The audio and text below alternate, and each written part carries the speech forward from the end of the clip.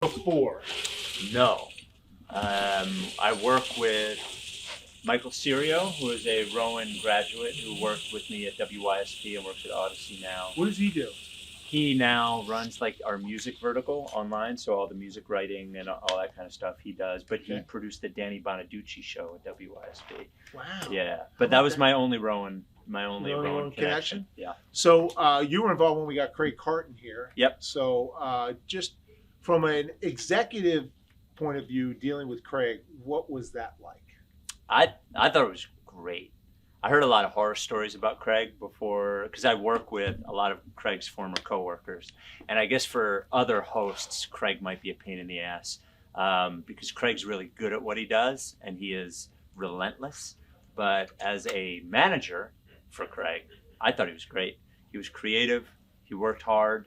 He listened. We had good conversations. So Craig was one of the, and he's a radio guy. You sort of know people that grew up in radio and love the medium itself. Craig is like one of those people. Mm-hmm. So I really enjoyed working with Craig. I was supposed to come that night.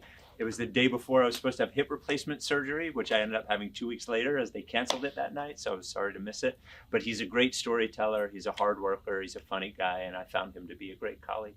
All right, so let's go back. Your dad is Howard Eskin. How many of you know Howard Eskin, the name? Okay, there you go. Yeah, there you go. He'd be happy it was more than the podcast. He would be thrilled. So let's start there. Is that when your love for sports occurred because of your dad? I would say so. I just sort of I grew up around it, so I liked sports a lot when I was younger, and he brought me to everything. I was just sort of tagging along. There's all these pictures of me with, there's a very funny picture of me when I was 8 with Wayne Gretzky and my dad sitting on a couch in a hotel room. And I looked so bored, I just want to leave. And that was what sort of happened was I was around it so much, it just became regular to me. When I was in high school, I would wear Charles Barkley would give my dad his old clothes, and I would take them and wear them to school. So, yes, I loved sports then, but then I think I got to college. I went to USC, but then I went to Syracuse, and I got burnt out on it very quick. Syracuse is a very highly competitive, everybody there wants to be a sports broadcaster, and I found all of those people to be annoying. So very quickly, I pivoted and started doing, but I love the medium, I love to be able to communicate and talk with people, and that's when I started doing music radio, which I ended up doing for the first half of my career from when I was 22 till I guess about 35. Okay. I did that. Well, you went to Chicago for a period of time. How long were you in Chicago? 2 years. 2 years. Yeah, I worked at an alternative music station in Chicago. Were you a jock in programming? Or I was off air at that time. Okay. Yeah. So were you?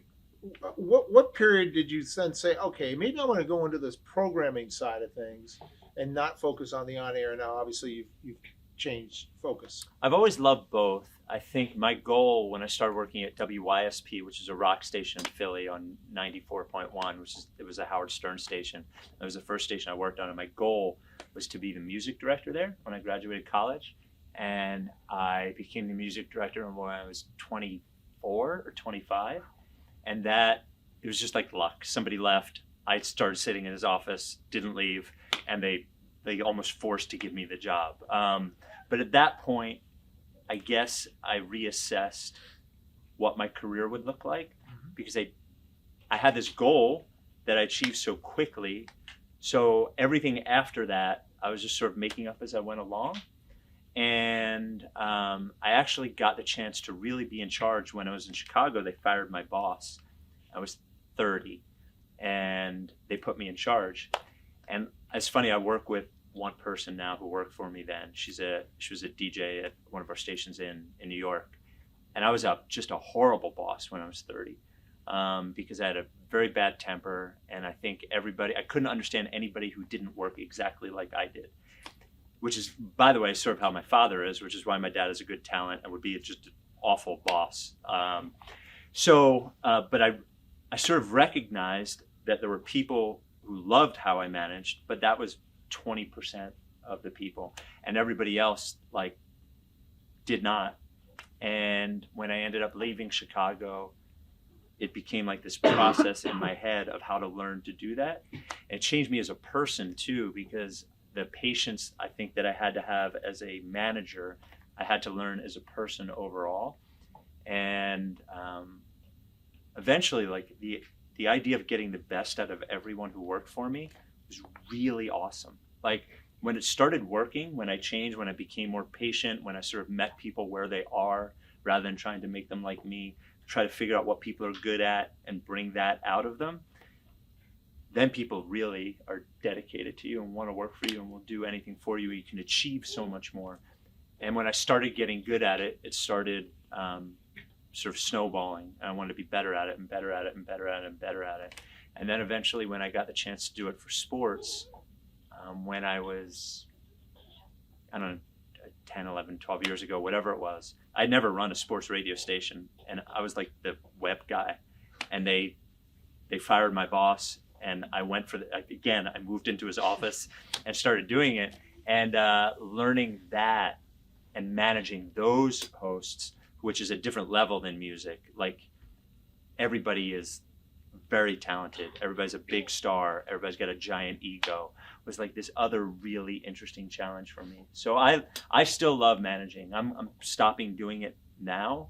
I don't know that I will never do it again, you know? And even with my show, the idea of, I'm sorry, I'm talking a lot, but even with Ike and with Jack and the people around me, the lessons that I've learned as a manager, I think I will bring to being a host. And I think it will make people want to work with me more, and I'll get more out of people from that. So the moral of the story is you move into someone's office when they get fired, right? Dude, move into their office. Do you know why? Because it's such an uncomfortable conversation to get you to leave. You're laughing. It is true. I could not give a better piece of it. Now, if you want the job, if you don't want the job, don't do it. But a lot of times when somebody leaves a business, whoever is running the business does not have a backup plan. So if you just start doing it, you immediately become the best backup plan that they have. So I became the interim program director at WIP. I literally just running the website and the social media. And I just started doing it. I started meeting with Angelo every morning, started going on sales meetings. And Andy, who was my boss at the time, kept bringing people in to interview them for the program director job. I was like, they're not going to yet. I'm already in the office. And I already know how to do everything. So yeah, it is a good lesson. Like acting like you have the job is a great first step of getting it. He is 3 times the sports program director of the year. 3 times he's won. He just won it recently from Barrett Sports Media, which is the one publication that honors sports programming directors for radio. And you got it for a third time or third straight time? 3 out of 4 years. That's right, 3 out of 4 years. They gave it to Rick Radzik, who runs the Sports Hub in Boston. They're a very successful station. I've never been around Rick. I think I'm better than him. Just kidding. He won it 1 year, but it was 3 out of 4. Hey, that's a great idea. Give him a round of applause for that, man. That's pretty cool, man. So you're talking about one of the best sports programming executives around in radio, okay? And now you've made the transition to on air. So I'm going to let them ask their questions, okay? Sure. The first person right here, Sean, yes. Ready to go with his first question. Go ahead, Sean. I was wondering, because not a lot of sports people get to bring their kids to a lot of sporting events. Yeah. Like we heard last semester, right now. That's right. Yeah. So what for you as going, with your dad? Yeah. Are those memories that you'll always, you won't forget, or is it just kind of just going to give us a sense of what that was like during those early days? I'm a lot more appreciative of it now than I was then. When you're a kid, your life is just your life. Like you don't have anything else to compare it to. So when I went to do those things, it was just what I did. I didn't really have the perspective that other people couldn't. I saw. This is an old wrestler. Does anybody follow wrestling? Yeah. remember Roddy Piper? Do you remember him? So my dad used to do this. He was a famous wrestler in the 80s, a little bit in the 90s. So my dad was doing a radio show, and he was interviewing Roddy Piper. My dad loved wrestling, and they had this whole thing worked out beforehand. I didn't know. I was probably 10. And he asked Roddy Piper if wrestling was fake. And Roddy Piper came over to him and threw him on the ground and threw a chair on top of him. And I was sitting in the corner, like 10, thinking Roddy Piper was beating the crap out of my dad. At the time, it was just scary. But now, like, there's these memories, you know, like I caught grounders from Mike Schmidt on the vet turf, like before a game, like I have a lot of amazing memories that I took for granted then, and I don't take for granted now, you know? Okay. All right. Right here. With like all like this stuff that just happened, like AJ Brown and all, like how much do you guys factor in like tactics into what you guys are saying on the air at all? Never. Well, so I haven't been on the air in a long time. I haven't been on the air full time in over 20 years. I did do afternoons with Josh at WIP for 4 months. So I have not been on the air every day during the social media era, but the podcast is big enough to where players hear it and coaches hear it, and I've had to deal with that. I think the truth is that, like, you have to do your job and be honest and be entertaining.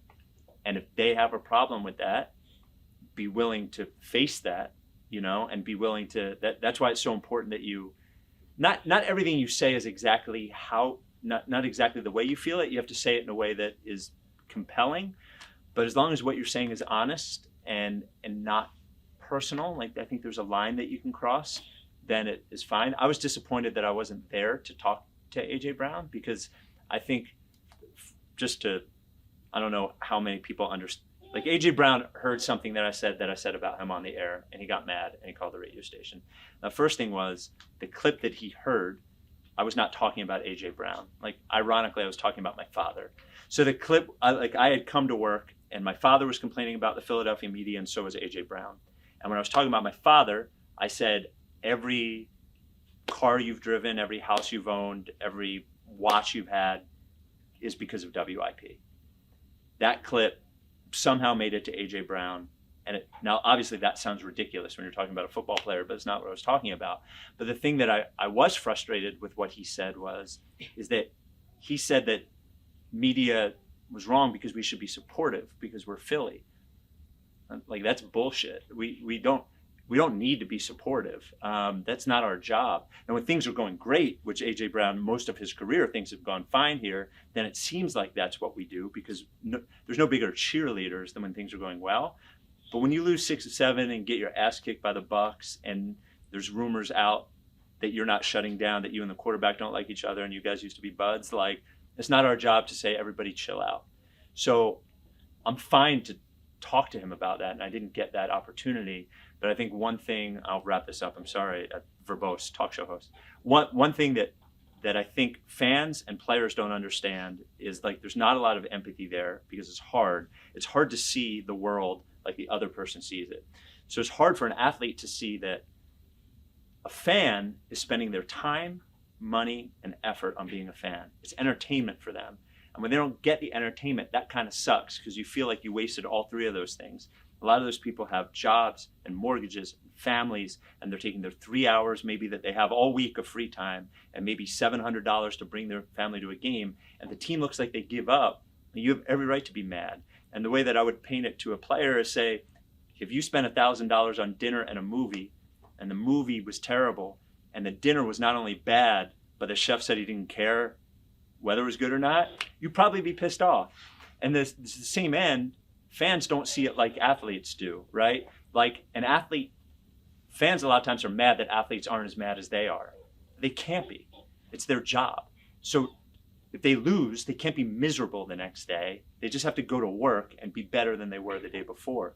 So I think that there's like because of social media, because everybody hears what everybody else is saying and thinking all the time, which I don't think we're designed for as people, it creates like this conflict that I wish wasn't there.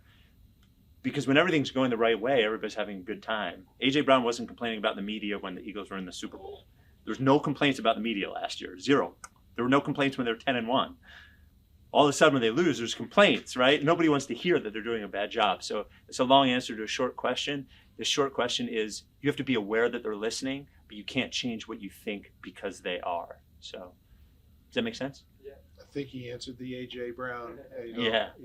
misunderstanding. Well, I wish I was frustrated because I'm not there yet. So I was on the air with him one day. I knew I wasn't going to be on the air the next day. And when he called, I'm like, there was people tweeting at me like, why, you should have been there. You should have answered the call. It's like, well, I can't just go to Philly one day because A.J. Brown might call all day. Like, that's not how I can run my life. But I can promise you next time I will be there to ask the questions. Very good. As someone that has been like doing stuff like on YouTube for content creating for about like 15 months, I wanted to just ask you, like, what has been something that you've learned about from like the digital content creating aspects of sports media, and how has that impacted your life? So it's harder. We started the podcast 11 years ago. There were 0 Sixers podcasts at the time, and now there's probably at any given time there's like 6 or 7. And one way that we've stayed popular is just by not stopping, because I'll try to make it as short as possible. The thing that people don't think about with content is that you're dealing in the most valuable resource in the world is time, because there's more and more content, but there's still the same amount of time. So if somebody they're a regular working person that drives to work, then drives home to work, and maybe has a family, they have a finite amount of time. Let's say they have 2 hours every day that they can spend however they want. That 2 hours is probably filled with something right now. So to choose your thing, they have to unchoose something they already like, which is an enormous battle. Like, it's huge. And like, people say choices and they say content, but they don't think about the true issue here is time. There's no way that you can create more time for that person. They can speed up the podcast, all that kind of stuff, but it's still finite, right? So the thing that I've learned is that what I am creating has to live up to the promise of what I've said it is going to be. And so if it is a Sixers podcast, it's got to be about the Sixers. Maybe there's 5 minutes in it where I talk about something I like because they care about me at this point, but it really has to deliver on that. And I would say the other thing that I learned is he's a controversial person, but I bring it up a lot, is there's a book about startups by Peter Thiel called 0 to 1. And it's basically about trying to create monopolies, and it's about startups. But he talks about a lot of times that people get into businesses and they say, like, take soda, for example. Say cola is a $2 billion business in the US. And they'll say, all we need to do is get 5% of that business and we have a successful company. What you don't think about is that you're going to have to be fighting for that 5% every day of your life, because somebody's coming for that 5%. Coke wants their 5% back. Pepsi wants their 5% back. So the goal is to find somewhere where nobody is and be the only one and make people fight you for it. So the thing that I've learned is, like, I started Rights to Ricky Sanchez when there was no other Sixers podcast. We filled a hole. People could say, well, the Eagles are popular, I could start an Eagles podcast. Well, but then you're fighting you're fighting Go Birds, you're fighting PHLY, you're fighting Jeff McClain, you're fighting all of WIP at all times. And all of those people are going to have to unchoose their Eagles choice to choose yours. Hard decision. So I think the thing that I would say is, even if you're picking a popular topic, pick an angle on it that nobody else is doing, or pick a lane that isn't quite as full as the ones that are, because that is the best way that you're going to be able to win that time battle that you have to win. Yep. By the way, there is no better name for any show than the Rights to Ricky Sanchez. I'm very proud of it. That is just the best name possible. Would you agree? I mean, for those of you listening, I mean, the Rights to Ricky Sanchez. All right, now, what's the backstory to all that? He was a player. He still is a player from Puerto Rico, who got drafted in the NBA, got his rights traded around all over the place, never played in the NBA. The Sixers traded his rights for Sam Young to the Grizzlies. And when we were coming up with the podcast name, we wanted something that our entire goal to build community was to make it everything like an inside joke. So I was just looking at a list of Sixers transactions and writing things down, and we both, my co-host and I, both saw the name, and we're like, "Yep, that's the one." And for the first like 5 years, when we would do events that regular media would cover, they wouldn't put the name of the podcast because they were afraid it was like something dirty or weird or something, which became like a rallying cry for us that we wouldn't do interviews with anybody. We wouldn't acknowledge them unless they said the name of the podcast. So now everybody says it. So it's a win. It's great. It was an uphill battle. Although when the process, by the way, is the process over? You're a process guy. Yeah. So I think of it like the ship of Theseus. Do you know what that? So ship of Theseus is a thought experiment. Anybody know what it is? So ship of Theseus is a thought experiment about a boat, and the question basically is, if you replace a part of the boat slowly but surely, if you replace all of the pieces of the boat, is it the same boat? At what point is it not that boat anymore? So we've asked that question about the Sixers. Like, when is it not our Sixers? When is it not the process? And it's Joel. And as long as Joel is there, it's the process. And if Joel's not there anymore, then it's not. So he is the most important part of the Sixers ship of Theseus. But you were like the number one cheerleader for the process. We were, yeah. We probably got Sam fired because we made it too popular and made it too controversial. I think if he could have just done what he was doing in silence, they would have been fine, but they weren't. So, but it's a good lesson in digital media because WIP wasn't going to talk about a bad Sixers team. And people did not have a place to go to hear about this team, but there were enough people, maybe not to support a major radio station, but there were enough people to sort of support a podcast. And the fact that we were there meant a lot to people and gave them sort of like a meeting place. So our events became a meeting place. The podcast became like a digital meeting place for people who still cared. Sam is Sam Hinkie. Yes. Got removed as general manager of the club and is not in the NBA or runs a hedge fund. He's into a lot of different things. Will never be in the NBA again. Doesn't have any desire to do it. I guess the manifesto. The manifesto was his farewell. That's it. That was his farewell to the NBA. All right, who's next? Where we got? Right here. What type of things, like maybe problems do you think you'll have going in? I mean, obviously you said it's been like a decade since you've been on air, like full time. What problems do you think you may run into, or what things you might think you have to like dust off and coming into a full role on air? Yes, so there's a lot. There's topic fatigue. Philadelphia is very focused on I manage local sports radio and national sports radio in New York. Local sports radio is people who know a lot about a little, and national sports radio is for people who know a little about a lot. So the challenge with local sports radio, do you know the show Chopped? You ever watch that, the cooking show? So there's a cooking show called Chopped where they give you a basket of ingredients and you have to make a meal out of whatever the basket is.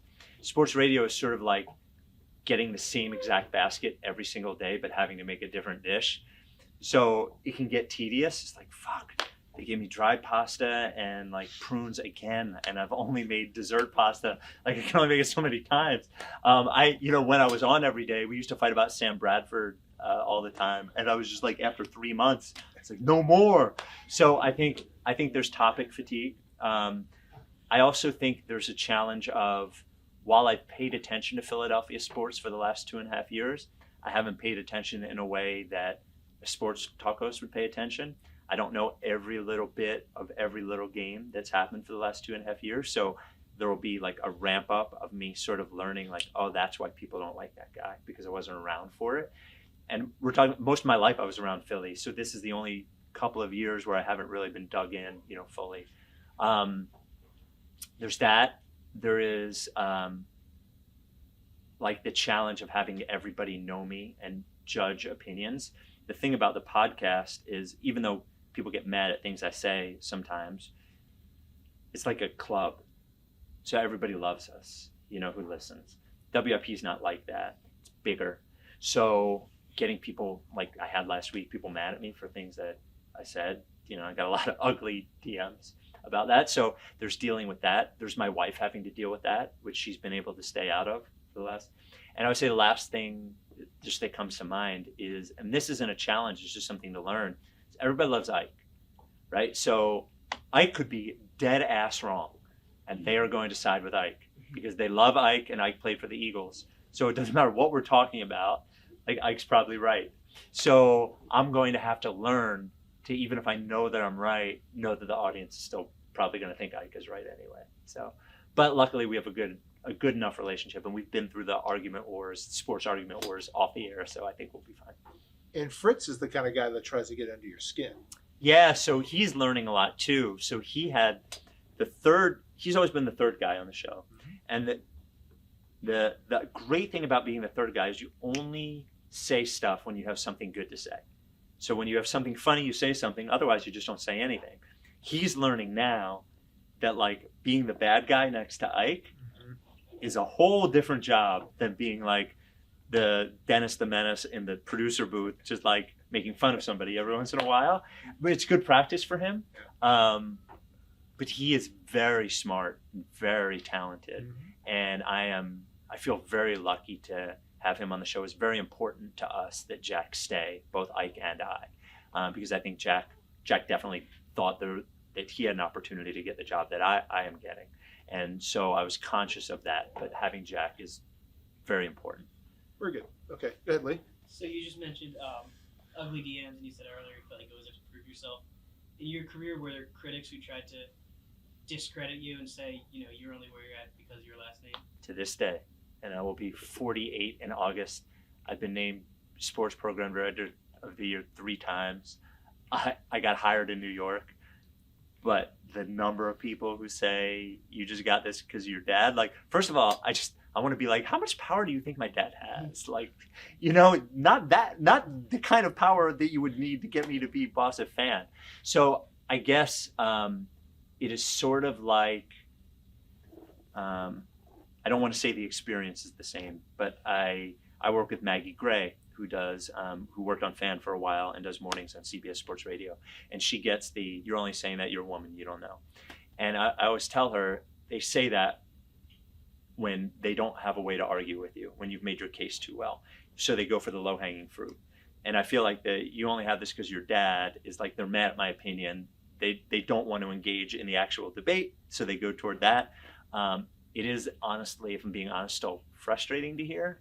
Like, I think anybody would be frustrated, but I don't take it seriously anymore. So, and like, nobody says that like Ken Griffey Jr. was good just because his dad played baseball. Like, he was just good, So, so intellectually I know, but emotionally it still bothers me. Although the promos, your dad is part of them. Yeah, I don't have anything to do with the promos. Okay, well, yeah. but they are playing off your name. Yeah, well, it would be dumb to not play. I think they have to play off my name. It's part of the story. But I think one of the advantages I've had in my career is that I am so different from him as a human, and we have such different ways of presenting ourselves that the people who don't like him, who interact with me, I almost get extra credit for not being like him. So I'm incredibly proud of my father. Sports talk does not exist in its current form without him. There are probably 5 people in the entire world that exist who have that. So it's like him, it's Angelo, it's Mike, Mad Dog, and it like maybe Imus or something, Like there's not like a very big list of people they're great ones, but essential ones. That the list is very, very short.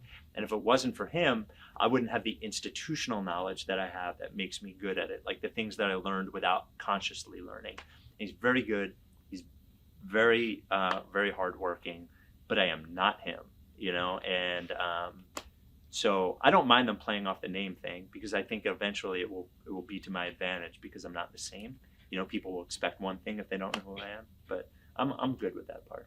Okay, in the back. You were talking about the other games and other comments. I read an article that said that the New York quote-unquote fans were upset that you were leaving WFAN. Have you seen those comments, and how do you deal with them? You said your wife gets them too, or whatever. How do you go about seeing those and dealing with them? Like the ugly fan stuff. The comments that you've been getting, especially like after leaving WFAN, I've seen something. Yeah. Said, this Yeah, well, they did it the whole time, so so I could have a lot of practice. I was actually really happy about that article. My wife actually got it framed for me. Andrew Marchand, who now works for The Athletic, wrote for the Post, and one of the things you learn about New York, just in difference in Philly, is like when Andrew Marchand, who's the best media reporter in America, is on your ass all the time, like is trying to figure out what's going on with the fan, you have to be on your game because he's going to figure it out. But so the resignation came out, and this article came out, basically said that everybody on the internet says this guy's a fucking idiot, like about me, but he actually did a great job. And it meant a lot to me to have him say that, because we would, when he would call me, we would go back and forth about what the right thing was, but it was a good affirmation. It meant a lot to me. The internet stuff for me and for my loved ones, I have to admit, I would love to be able to tell you I just brush it off, but I do not.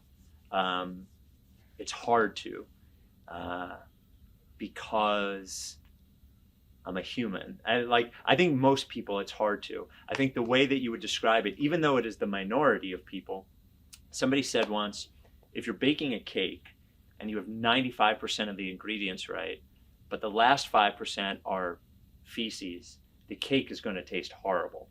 So it doesn't take most of the ingredients to be wrong to sour the whole thing. We changed a lot at FAN. You know, I think that radio station, while great and legendary and an iconic, I think programming that radio station is the most important programming job in America as far as radio goes. That station had gotten slow and lazy and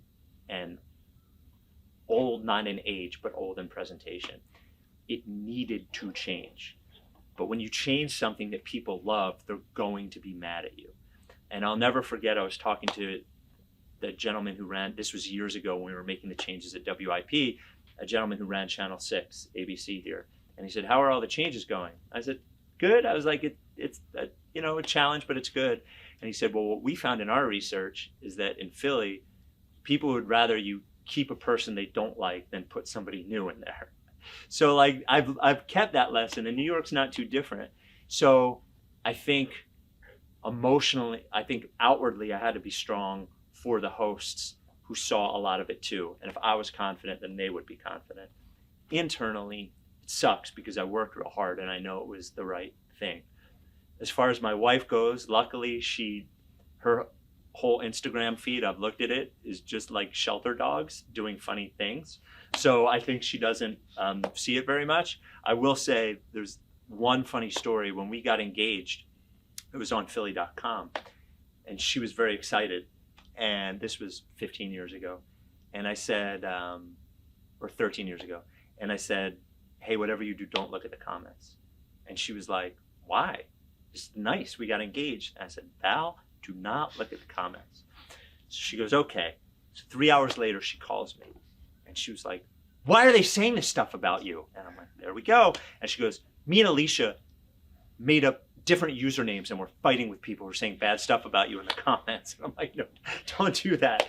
So luckily, I don't think she goes through it very much. She doesn't see it. And the reality is that when I see WFAN fans in real life, or see WIP people in real life, everybody's like super cool. I was at the Sixers game the other night, and literally every person who I saw said, hey, welcome home. It's great to have you back. So you try to internalize that and keep it. But the internet stuff is rough, and I feel like it's only getting worse.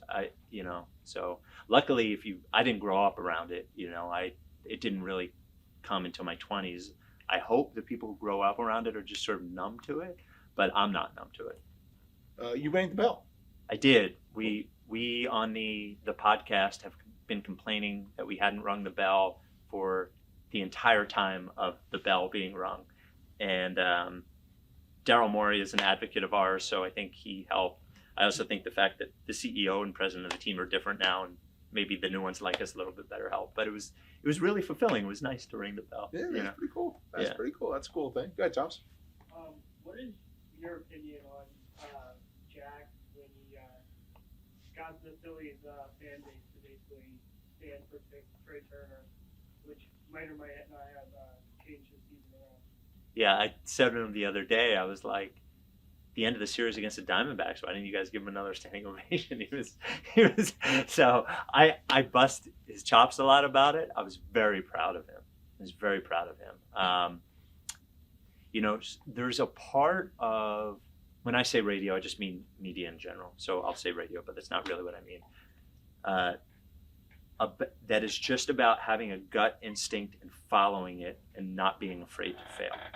So, you know, like Dave Portnoy from Barstool, like him or dislike him, has that. He has like this instinct where he sees something and he feels it, he just goes. And he doesn't wait for somebody to tell him it's a good idea or a bad idea. He just goes.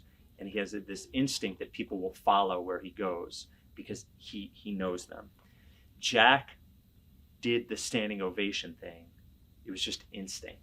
He just was just like, here's a good idea. I'm going to push this. I'm not going to worry about you can't be worried about failing. You can't be, and when I say failing is either Trey Turner striking out in that at bat, or failing is nobody doing standing O. You can't be afraid of nobody doing it. You have to just trust your instinct. And he trusted it, and it was the right thing at the right time. And it's not something that probably would have happened in Philadelphia 10 years ago. It's definitely not something that wouldn't have happened without social media. And it put him in a position to, like, he made a mark. When I look back at my career, it's really just moments, you know, what happened here, what happened there. And he had a moment, it raised his profile. Now it was a real positive thing, you know, and as I mentioned to Neil earlier, what he's doing now, he has to be next to Ike. He can't be happy poor shit all the time. He's got to be negative sometimes. So he's learning that too, but I was very proud of him. I would have never thought of it. I would have never thought it would work. We even talked about it on WFAN. Like, I told my midday guys, I was like, Zach Wilson's the quarterback of the Jets. He sucks or whatever. And I was like, you should do the same thing. I was like, booing the kid isn't working. I was like, you should tell everyone to stand up for Zach. Say that you're doing the same thing that happened in Philly. Maybe fans have to change, blah, blah, blah, blah, blah. They did it. He still stunk. Didn't really work. Trey Turner effect didn't quite happen in that. But I was really proud of Jack. He did a great job. He's grown a lot. In the back. Do you have any comments on like playing into the personalities of callers, like especially like 2-6 Trey, a lot of iconic callers? Yeah. Yes, just like how to play into those personalities, and then also like, is the whole thing of Andy is that real, or is that kind of just played out? I'm learning. So, first question. I remember when I first started managing WIP and I met with Angelo Cataldi, who spoke here, was the iconic morning show host there. And I told him, hey, I think you have the same callers all the time. You should get more different callers in there. And he goes, I don't want different callers. And I said, why? And he goes, the callers that I have, the regular callers, know how to do the show.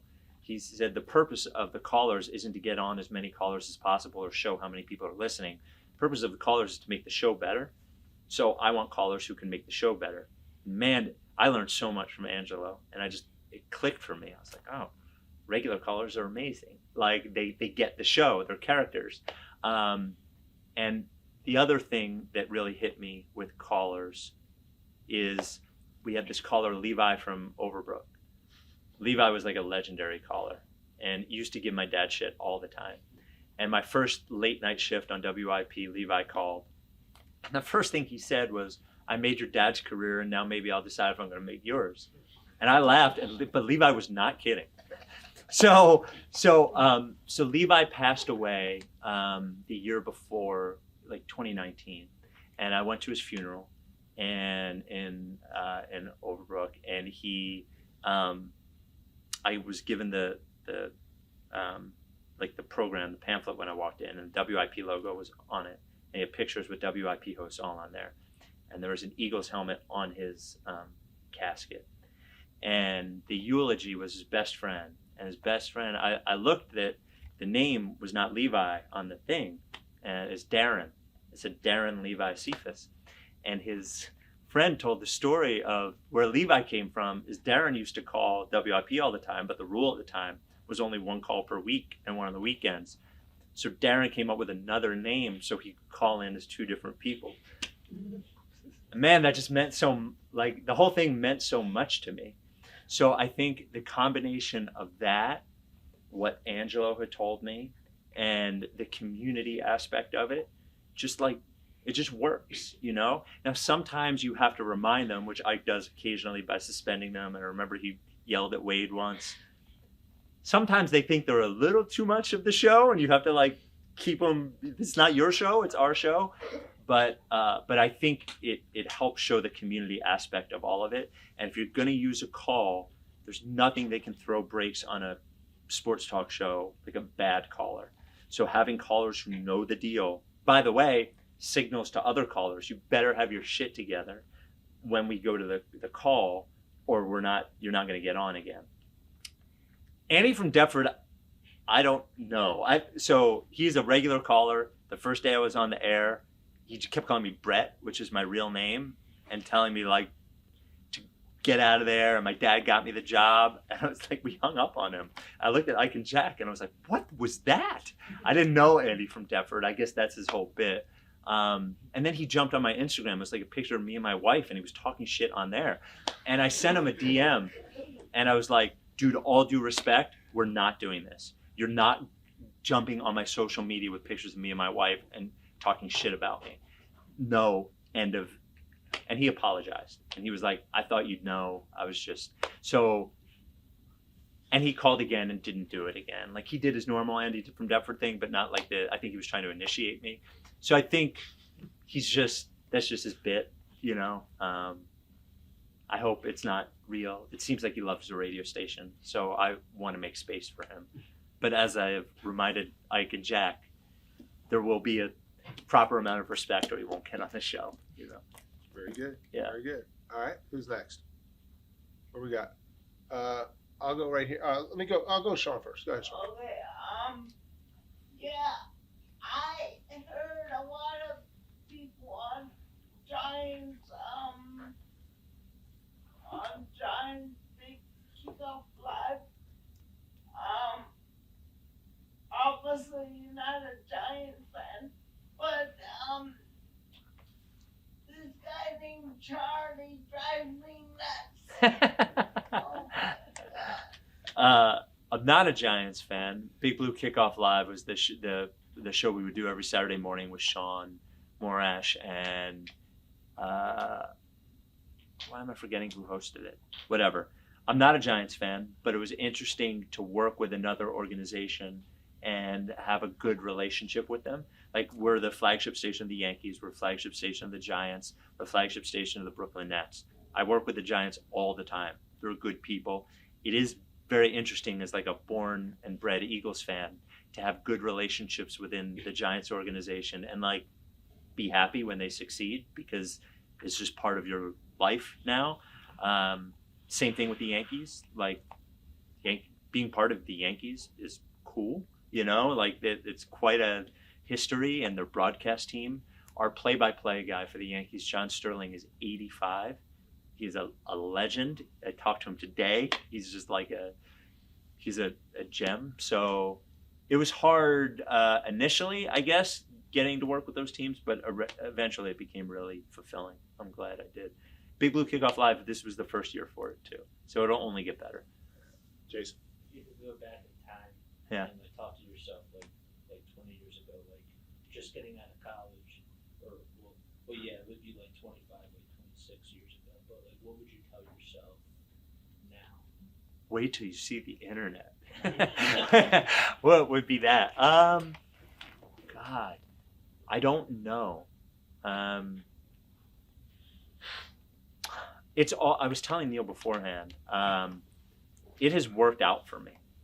I've been incredibly lucky. I feel remarkably blessed to have the career I have. I joke about being number 2 with the sports program director thing. I never thought I would be in sports radio. I never thought I would be a sports program director. I never thought I would be good at it. I got to work in Philly and Chicago. I got to interview Howard Stern on the radio.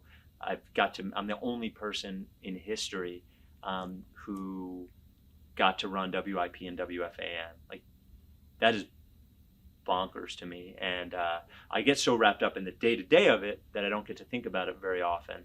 But sometimes, like when the Marchand article came out, or when I just leave work and look at the call letters, I get a little misty-eyed because I made it, you know, and a lot of people don't make it. So I think rather than answering the question that you asked, I would say the biggest lesson I've learned is to not be so focused on one goal that you miss the other goals that you can achieve along the way.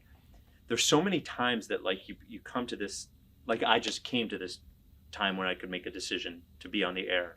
If my goal was only to get bigger and bigger and bigger and get more and more responsibility, I would have never seen this. I would have never considered it.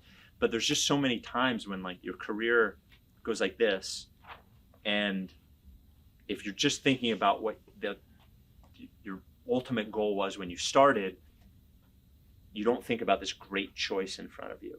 So I would say have a plan and have a goal, but man, be open to the fact that your career might present you with opportunities that you didn't expect.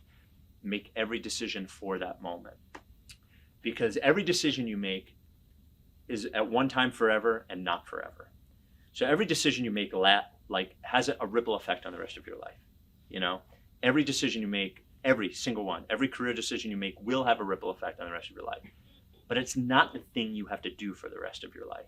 So just because you decide, I got offered a job in South Carolina for $22,000 or whatever, you don't have to stay there. And I remember when I actually decided to leave WIP, I was like in a real bad place at WIP, and I was going to a therapist at the time. And she was like, when's your contract end? And I told her, and she was like, you could just not sign another contract and just go somewhere else. I hadn't really thought about it that way, right? So every decision you make has a ripple effect, but every decision you make isn't the thing that you have to do forever. So make the decision for that moment. Don't make bad decisions, but make the decision for that moment about what will fulfill you and drive you at that moment, and it'll probably work out eventually. So like you said earlier, you hired Jack. Yes. What do you like look into like when hiring? What like makes people stand out for you? It's a good question. The first thing I can tell you is what I don't like.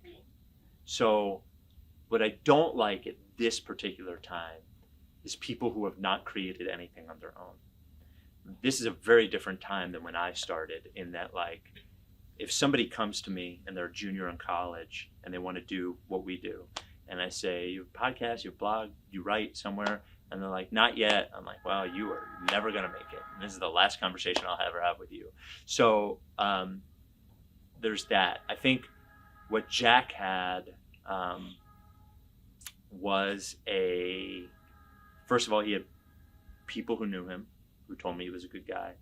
But then the other thing is he just had a hunger for what we did, you know, that where we are is the place that he wanted to be.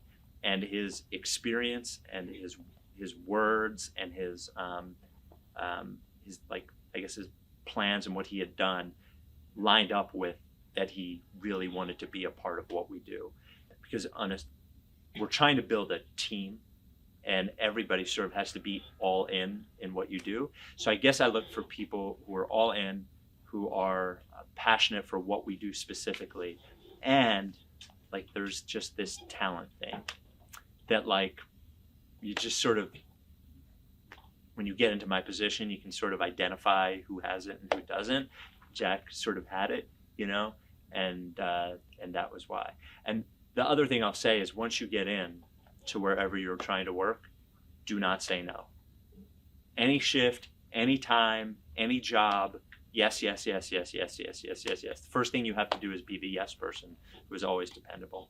But it's not a great answer, but it's honest, you know. Hunter Brody. What about Hunter Brody? What do you know about him? So He's a Rowan grad. Yeah, He's from our program. So I don't know him personally. It's funny, when he got hired for 97.5, a couple years before, I had sent Fritz his YouTube, and I was like, I don't know what this act is. I was like, but it's it's something. He has something. I don't know what it is. And I was like, I would like to get my hands on him as like a manager because I feel like I could get something great out of him. You know, he can talk on his own without callers, with direction, and like a cohesive idea of what he's saying. When I hear him doing that on YouTube, I think it's really impressive. And he is a character, and he's got something like some sort of personality thing that is really, really good.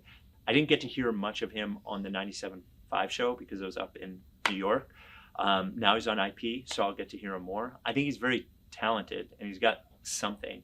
I think he has to hone in exactly what his perspective is, but I think he's really talented. You made me think of him because when you said create something, right? He did. Yeah, he did. In high school. Yeah. In high school. And you could those people separate themselves, Mhm. you know, and he did. He had that was what I was looking at. I was like, why does this guy have like 11,000 YouTube followers? I don't know who he is, you know. So yes, very That talented. was my first reaction when I met him too. Yeah. All right, in the back. You mentioned sometimes you walk out of your job and get misty-eyed because you're like, I made it. What is that moment that you realize that you actually did make it? What's your biggest accomplishment throughout your career? Oh, I think just being accepted, you know. When I was, it's not a moment, it's more of like a feeling. It's very hard to go from the web guy to the boss of everyone, which I had to do at WIP. And by the way, there were some producers who did not accept it. They didn't last, but like they were not willing to say this person was my equal a day ago and now they're the boss. I think, but getting Angelo to buy in and becoming like a, you know, in his book, he said that I was the best program director he had. Like that's one of those moments. But I think there was a point at which, after I made all the hires at WIP and we were chugging along and we were doing well, there was a moment, I don't think I can explain when it was, when I was like, this is my place now. Like, this is in the image that I saw. I remember telling my boss about, before he hired me, before he fired my boss and put me in control, he asked me to put a plan as to like what was wrong with WIP and what I would do. And the first thing was about culture, that it was a bad culture, that people weren't supportive of each other, and that we didn't do the easy things. And I said, I remember I made it up at the time. I was like, everybody here's trying to hit home runs. I was like, but the thing about it is, if everybody just hit singles, like after the first 4 singles, every single is like a home run. You score a run every time, nobody makes any outs, but we don't hit any singles here. And then we became a place that hit singles, which allowed us and gave us a base to like become home run hitters. And I think there was a point at which WIP became like in my image. And I became very proud of that because there was a shift of my career. I was a music radio midday host and I became a sports radio program director, and I succeeded doing it. So, but there were a lot of little moments like that. You know, I was when I was in the booth at Yankee Stadium, like our radio booth. And I'm like, look at this. I can just come up here whenever I want. Like, what a cool moment, you know? Did you go whenever you wanted? The traffic really sucks. So the answer is yes, I went whenever I want, but how many times do I really want to go? I don't know, 3 a season, 4 a season, something like that. I didn't go that often, but I don't go that often. But it's very neat too. Giants games, would you go? Been to 3 Giants games in the 2 years I was there. Brooklyn Nets? 2. Brooklyn might as well be in China from Manhattan. It's so far away. It's murder. Giant Stadium is easier for me to get because I live in New Jersey. That place stinks. Like, it's clean, but there's no personality. It's murder to get in and out. Citi Field, again, it's in Queens, so it's on the other side of Manhattan from where I am. Impossible to get to. Now, Knicks games, Madison Square Garden, pretty easy to get to. Madison Square Garden. Would you go? Yeah, for sure. Final question. Who's got it? Who's got the final question? Who wants to go? Anybody? Okay, go ahead, Sam. Final question. Spike, you mentioned a little bit earlier, what are the biggest differences between Philadelphia and New York? It's actually a much bigger difference than I thought it was going to be. So the first thing is, I know it sounds silly, but the number of people in New York compared to the number of people in Philadelphia is wildly different. there's a lot of people in New York. Like Philly, everybody's from Philly and everybody's an Eagles fan. New York is a lot of transplants that are not from there. So not everybody cares about sports in New York. It's far more culturally diverse in New York. Like white people are less than 50% of the population in New York, which is not the case in Philadelphia. Very different. And honestly, having more than one team in every sport. So if the Eagles are playing well in Philadelphia, everybody's happy. If the Giants are playing well in New York, only half the football fans are happy. And not only the other ones not happy, they don't want to hear about the Giants. It's the same thing with baseball, Mets and Yankees. First round draft pick. Yes. It's not, now the Knicks, everybody likes the Knicks. But it's just like figuring out what to talk about is harder. Everybody doesn't like the same thing. And it's much noisier in New York. So it's harder to cut through than it is in Philadelphia. It's a much bigger challenge than I thought. I thought it would be Northeast City, like sports, very different. Very, very different. It's a good way to end it. Let's give a round of applause to Spike Eskin. How about this guy coming up next week? Oh, he's the best. Having Dan him say your Baker name. will be here. Yeah. We have not had Dan. He is a 1968 graduate of Glassboro State. And I just talked to him the other day. And then 52nd season as the public address announcer for the Phillies. And he did it for a long time for the Eagles as well. He's actually the longest tenured public address announcer in Major League Baseball. Wow. As it stands today. So Dan Baker will be here next week. Thanks, everybody. And thank you, Spike. Thank you, everyone.